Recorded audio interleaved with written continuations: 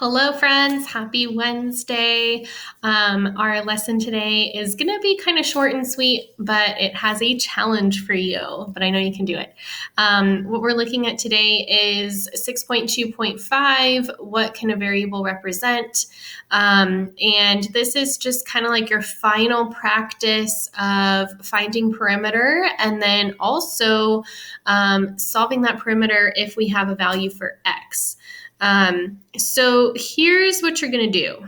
And I want to be super clear with your task for today because I know that it might get kind of confusing. So the only problem that we're going to do today is the shape challenge 6-112. And then you're going to have this and then one other homework problem tonight. So here's what you're going to do for the shape challenge. Okay. And I'm going to pull up my iPad screen just so I can make a list for you and you can like screenshot this or pause it, whatever you need to do. So this is for 6-112, the shape challenge. The first thing that you're going to do with this problem is you're going to build a shape with the algebra tiles. Okay, and I do have some requirements for this shape. You must have at least 4 tiles. So that means, friends, 4 or more. Okay, I wouldn't go too crazy because you're going to be finding the perimeter of this shape. So I know some of you want to put like 20 tiles onto your mat, but that's going to make it really difficult for you. So I would stick to around 4 or 5, maybe 6, but no less than 4. So 4 or more. And then you also have to use either an x tile or an x squared tile. So it can't all be the unit tiles. Okay, so I want you to have a bit of a challenge in there. So for this step, what you're going to do is if you click on this link, algebra tiles, and then click up here, algebra tiles, then you have the tiles up here. Remember, we're not using the y tiles or the xy tile. You're only going to be using x squared, or the unit. Okay, so when you build it, here's what I want you to do. Build your shape. So let's just say I randomly put a shape together, something like that. That meets the requirement. I'm using an X tile. I'm also using at least 4 tiles.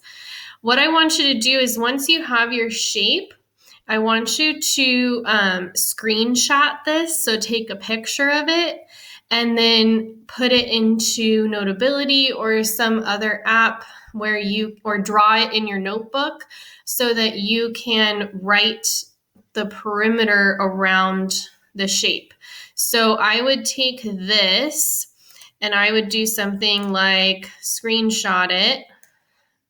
It's a bit different on my computer.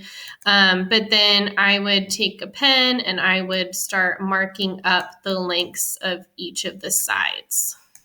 Okay, so remember this side is the funny one. This would be x minus 1, and this is really poorly done on my computer with my mouse, but you get the idea. Okay, so once you're done with all of this and you have your perimeter labeled, then the next thing that you're going to do is find the perimeter. So let me pull back up my iPad screen. Here we go. I have a lot of windows open.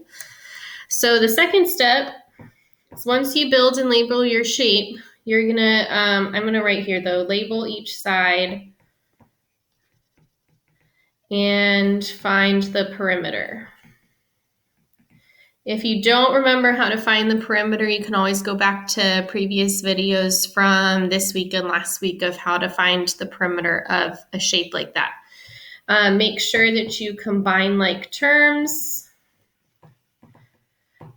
So you don't want to have a bunch of ones added together or X's. You want to have it simplified as much as possible. And then the last thing that you're going to do is you're going to solve the perimeter if X equals 5.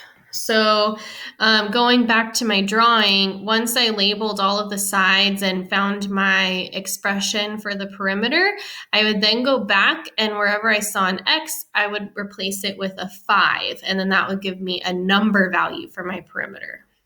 So once you have all that done, you're going to take a picture of it and upload it to Google Classroom.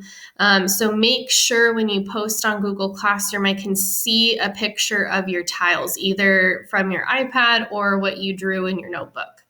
And then your last homework problem for today is going to be 6-119 because this is a checkpoint. Okay, and you'll see that in CPM too.